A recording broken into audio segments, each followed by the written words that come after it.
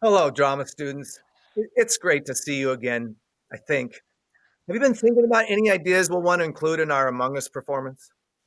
We have some great ideas and can't wait to share them with you, right, team? Right. Right. We told you, Mr. Salzman, that this would be the best play that's ever been done on Google Meet. Oh, that is kind of exciting, I guess. I'd like to hear some of your ideas now because honestly, I haven't even planned for this meeting. I just couldn't get my act together. You seem distracted, Mr. Salzman. Is there something bothering you? We missed your stories about you eating that guy's cat. Now remember, people, I only thought I was eating that guy's cat, and I am a little distracted. I have to create a video for teachers to view tomorrow. What's the video supposed to be about, Mr. Salzman? It's supposed to tell teachers how to write their asynchronous learning videos. You can hardly even say it, Mr. Salzman. How are you going to teach them about it? Well, the fact is, I don't know anything about it, and here it is Tuesday afternoon. Well, that's how we feel all the time, Mr. S. Yeah, it's not that fun to feel like this. The teachers are going to be upset. They depend on me for useful information. Mr. S, I hate to be the one to say it, but that's not what they say when you're not around. Oh, way to build me up, team. What should I say? Well, Mr. Salzman, any learning video should start at the same place. Start by thinking about your audience. Well, we're talking about a bunch of teachers who apparently could care less about my information. Sounds like a tough crowd. Let's talk about motivation, Mr. S. What are the teachers' pain points? Wait, hold on. How do you know about pain points? That's Marketing 101. How do you know this?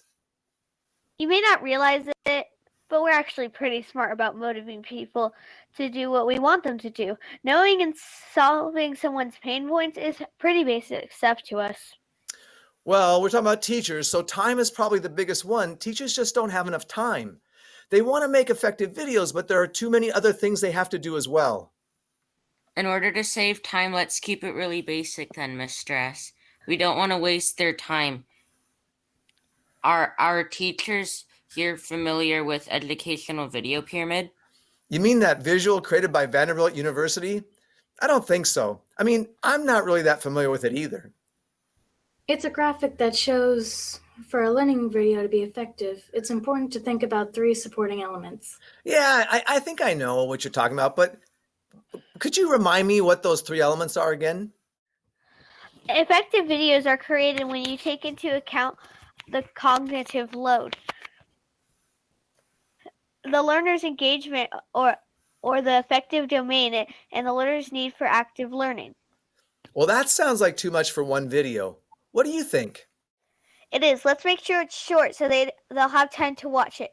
For this video, let's just talk about the cognitive load. That sounds like a lot. Well, can you explain it? Cognitive load is about how our brain processes new information. Well, I'm all ears. When teachers make videos, they need to minimize the extrinsic cognitive load. Too much stuff that doesn't matter still takes up brain power. So what should they do? Teachers should maximize the intrinsic cognitive loads. This stuff matters. The first step here is to use what researchers call signals, like traffic lights?